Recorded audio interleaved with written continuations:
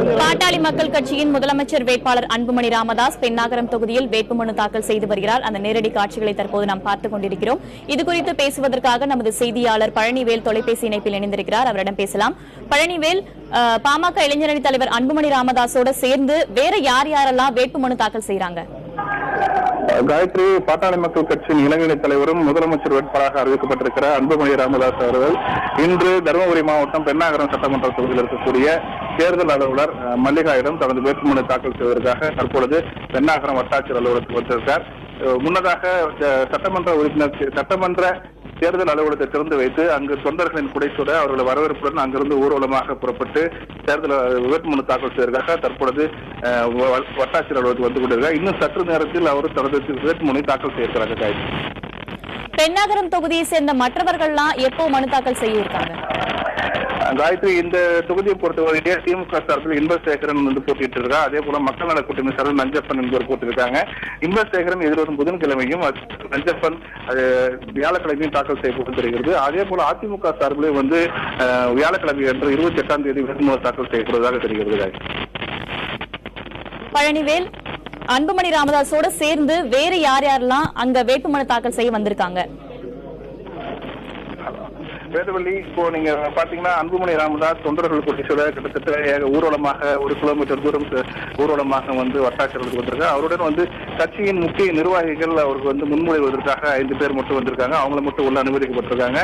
இந்த வட்டாட்சியர் அலுவலகத்துக்கு எதிரே ஆயிரக்கணக்கான தொண்டர்கள் வந்து குடைசூழ்ந்து அவருக்கு அன்புமணி வாழ்க, ராமதாஸ் வாழ்க என முழக்கங்களை எட்டுமாறு அவங்க வந்து இருக்காங்க.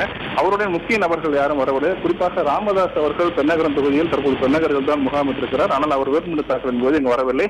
அவர்களுடைய கட்சியின் முக்கிய நிர்வாகிகள் மட்டுமே வந்திருக்கிறாங்க. பாட்டாளி மக்கள் கட்சியோட இளைஞரணி தலைவர் அன்புமணி ராமதாஸ் போட்டியிடுற பென்னாகரம் தொகுதியில அவருக்கான வெற்றி வாய்ப்பு எந்த அளவுக்கு இருக்கு?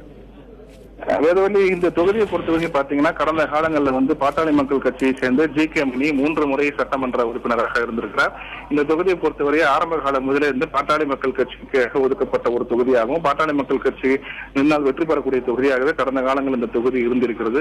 தற்பொழுது இந்த தொகுதி கடந்த 2 தேர்தல்களில் பாட்டாளி மக்கள் கட்சியிலிருந்து மாற்றத்தை ஏற்படுத்தி திமுக வசம் இந்த தொகுதி தற்பொழுது இருந்து வருகிறது. இந்த நிலையில இந்த தொகுதியில் மற்றொரு முக்கிய கட்சியாக பார்க்கணும்னா தேசிய கட்சி கம்யூனிஸ்ட் இடதுசாரிகள் கட்சி இந்த தொகுதியில் வந்து வளமான கட்சியாக இருக்கிறது. தற்போது இருக்க சூழ்நிலையில இந்த தொகுதியை பொறுத்தவரை 3 கட்சிகளுமே ஒரு சமமான சூழ்நிலை. குறிப்பாக பாட்டாளி மக்கள் கட்சி, திமுக, அதே போல வந்து அதிமுக ஆகிய 3 கட்சிகளுமே ஒரு சம பலத்துடன் இருக்கக்கூடிய தொகுதியாக பென்னாகரம் சட்டமன்ற தொகுதி திகழ்கிறது. பழனிவேல், இப்போ பாட்டாளி மக்கள் கட்சியோட முதலமைச்சர் வேட்பாளர் அன்புமணி ராமதாஸ் வேட்புமனு தாக்கல் செஞ்சுட்டு வராரு. இந்த வேட்புமனு தாக்கல் செய்யும் இடத்துல எந்த அளவுக்கு பாதுகாப்பு போடப்பட்டிருக்கு? குறிப்பா பாத்தீங்கன்னா இந்த வட்டாட்சியர் அலுவலகத்திற்கு முன்பு 100 மீட்டர் அளவிற்கு சாலைகளின் நடுவே பேரிகார்டு தடுப்புகள் அமைக்கப்பட்டு காவல்துறையினர் அங்க வந்து பாதுகாப்பு பணி ஈடுபட்டிருக்காங்க. குறிப்பிட்ட 5 நபர்களுக்கு மேல் இந்த வேட்புமனு தாக்கல் செய்ய அளவிற்கு அனுமதிக்கப்பட சூழல் தான் காலை வரை இருந்தது. ஆனால் தற்பொழுது அன்புமணி அவர்கள் பாத்தீங்கன்னா அங்கிருந்து ஊர்வலமாக வந்தார். அவரோட ஆயிரக்கணக்கான தொண்டர்கள் தற்பொழுது அந்த 100 மீட்டர் என்கிற எல்லையை தாண்டி தற்பொழுது இப்ப வட்டாட்சியர் அலுவலகம் எதிரே வரை வந்து கூறியிருக்கிறாங்க. அதனால வந்து பாதுகாப்பு பணி என்பது பலப்படுத்தப்பட்டிருக்கு. டிஎஸ்பி 2 இன்ஸ்பெக்டர் தலைமையில் கிட்டத்தட்ட 50க்கும் மேற்பட்ட போலீசார் தற்பொழுது அந்த பாதுகாப்பு பணியில் ஈடுபட்டிருக்காங்க. அன்புமணி ராமதாஸ் வேட்புமனு தாக்கல முடிச்ச பிறகு அடுத்த கட்டமா எங்கு செல்ல இருக்காரு? ஏதாவது பிரச்சாரத்துக்கு செல்ல இருக்காரா?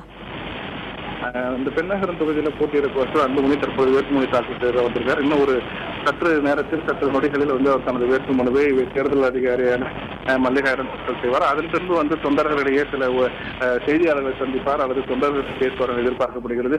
இதன் பிறகு தருமபுரியில் இன்று மாலை 6 மணி அளவில் வள்ளலார் திடலில் தருமபுரி மாவட்டத்தில் போட்டியிடக்கூடிய 5 பாமக வேட்பாளர்களை அறிமுகம் செய்து ஒரு மாபெரும் பொதுக்கூட்டம் நடைபெற இருக்கிறது. அந்த பொதுக்கூட்டத்தில் அன்புமணி வேட்பாளர்களை அறிமுகம் செய்து சிறப்புரையாற்றுவதாக தெரிவிச்சிருக்காங்க. பாட்டாளி மக்கள் கட்சியாக தெரிவிக்கிறாங்க. பழனிவேல், இந்த பென்னாகரம் தொகுதியில போட்டியிடுற மற்ற கட்சி வேட்பாளர்கள்லாம் யார் யாரு? அவங்களுக்கான வெற்றி வாய்ப்புகள்லாம் எந்த அளவுக்கு இருக்கு? குறிப்பா பாத்தீங்கன்னா அந்த பென்னாகரம் தொகுதி என்றது பாத்தீங்கன்னா தருமபுரி மாவட்டத்தில் ஒகேனக்கல் சுற்றுலா தலம் நிறைந்த தொகுதியாக இந்த பென்னாகரம் தொகுதி திகழ்கிறது. இந்த தொகுதியை பொறுத்தவரை அதிக அளவில் வந்து மலைவாழ் மக்களும் கூலி தொழிலாளர்களும் கொண்ட தொகுதி தான் அந்த தொகுதி. இந்த தொகுதியை பொறுத்தவரை பாத்தீங்கன்னா கடந்த 3 முறை பாமக வந்து நின்று வெற்றி பெற்றிருக்கிறாங்க. அதே போல இடதுசாரிகள் கட்சிகள் வந்து நின்று பெற்றிருக்காங்க. அதிமுக வெற்றி பெற்றிருக்கிறது. இந்திய கம்யூனிஸ்ட் கட்சிகள் போன்ற கட்சிகள் வெற்றி பெற்றிருக்கு. திமுக வெற்றி பெற்றிருக்கு. தற்பொழுது இந்த தேர்தலில் வந்து பாத்தீங்கன்னா 5 முனை போட்டி தான் இந்த தொகுதியில் வந்து நிலவுது. தமிழகம் முழுவதும் 5 முனை கூட்டி தான் அதே நிலை தான் இந்த தொகுதியில் நிலவுகிறது. அதிமுக சார்பில் முன்னாள் அமைச்சர் கே.பி. முனுசாமி இந்த தொகுதியில் வந்து போட்டியிட அறிவிக்கப்பட்டிருக்கார். அதே போல வந்து திமுக பாத்தீங்கன்னா இந்த பாமகவில் இருந்து பிரிந்து வந்த பி.என். பெரியண்ணன் அவருடைய மகன் இன்பசேகரன் அவர் வந்து போட்டியிட்டு இருக்கார். இவர் ஏற்கனவே வந்து இந்த பெண்ணாகரம் இடைத்தேர்தலில் போட்டியிட்டு வெற்றி பெற்ற எம்எல்ஏவாகவும் தற்பொழுது அவர் வந்து திமுக சார்பில் அறிவிக்கப்பட்டிருக்கார். அதே போல வந்து நஞ்சப்பன் தற்பொழுது வந்து மக்கள் நல கூட்டணி வேட்பாளராக அறிவிக்கப்பட்டுள்ளார். அவர் தற்போது எம்எல்ஏ ஆகவும் இருக்கிறார். அதனால இந்த தொகுதி ஒரு 4 முனை போட்டி வந்து அதிக அளவில் ஈடுபட்டிருக்கு.